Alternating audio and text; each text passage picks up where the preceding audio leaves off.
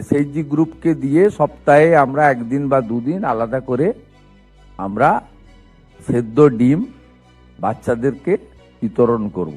পশ্চিমবঙ্গে mid day মিলের তালিকা থেকে ডিম বাদ পড়ছে না। 1 আগস্ট থেকে ইসকন নিরামিষ খাবার দিলেও স্বনির্ভর গোষ্ঠীর মাধ্যমে সপ্তাহে 1 বা 2 দিন আলাদা করে সেদ্ধ ডিম দেওয়া হবে বলে জানিয়েছেন মুখ্যমন্ত্রী শুভেন্দু অধিকারী। পাশাপাশি প্রাথমিকে মাথাপিছু বরাদ্দ 6 টাকা 78 পয়সা থেকে বাড়িয়ে 10 টাকা করা হয়েছে এবং রাঁধুনিদের ভাতাও বাড়ানো হয়েছে। এসএইচজি গ্রুপকে দিয়ে সপ্তাহে আমরা একদিন বা দুদিন আলাদা করে আমরা সেদ্ধ ডিম বাচ্চাদেরকে বিতরণ করব। আমরা সেদ্ধ ডিম বাচ্চাদেরকে বিতরণ করব। ইসকনের খাওয়ারে তারা তাদের সাত্বিকতা রেখে খাওয়ার সরবরাহ করবে।